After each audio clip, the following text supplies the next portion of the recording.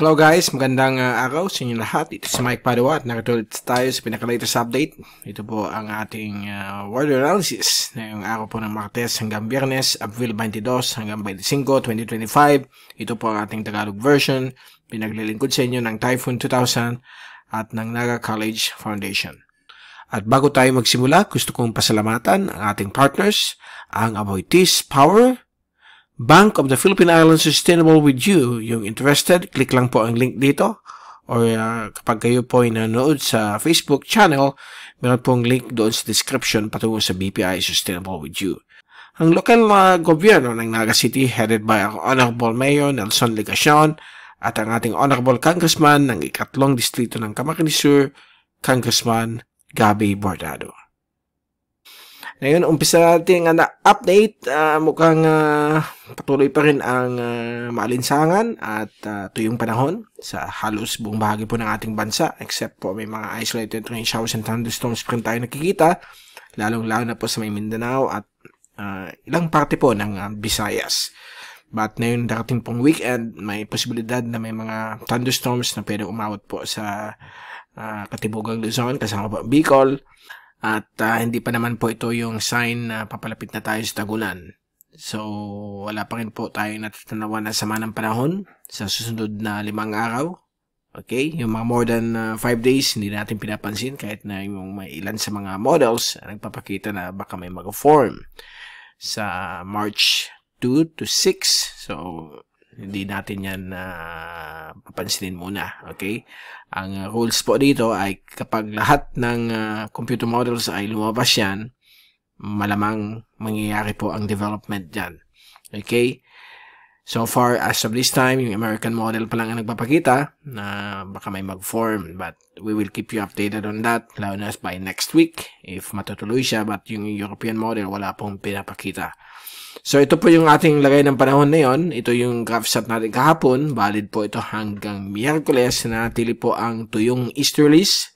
Bagamat malinsangan po siya, may mga thunderstorms pa rin na pwedeng mamuo sa may Mindanao, particularly sa may Zamboanga Peninsula, at dito rin po sa may isolated areas po ng Visayas. Ang Luzon, mukhang apektado po tayo ng tinatawag nating ridge of high pressure. So, patuloy po yan dyan.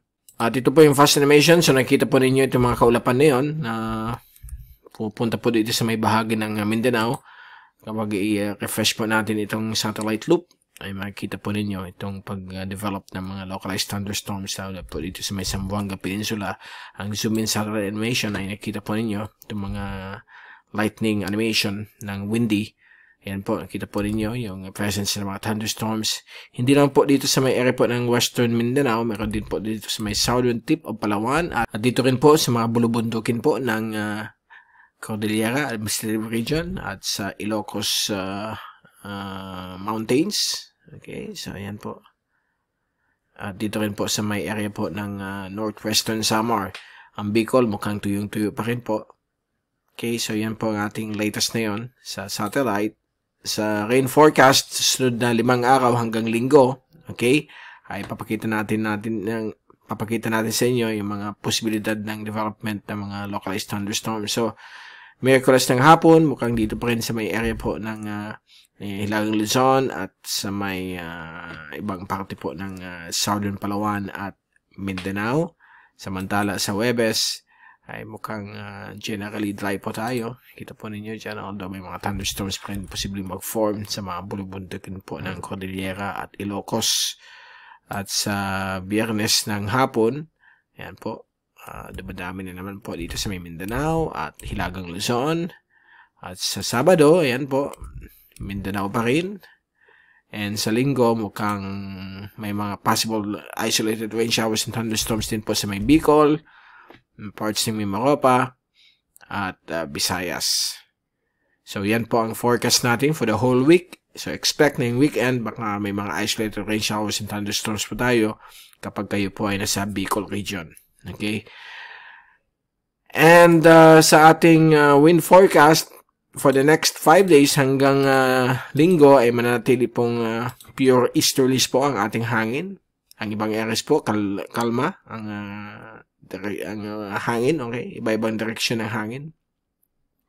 At sa ating wave forecast ay mukhang maganda naman po for the rest of the week hanggang sa darating pong weekend, hanggang sa Sunday. Ang East Philippine Sea lamang po ang pwede umabot po na lampas 1 metro ang laki ng alon. The rest ay nasa 1 metro hanggang kalmado lamang po. Okay?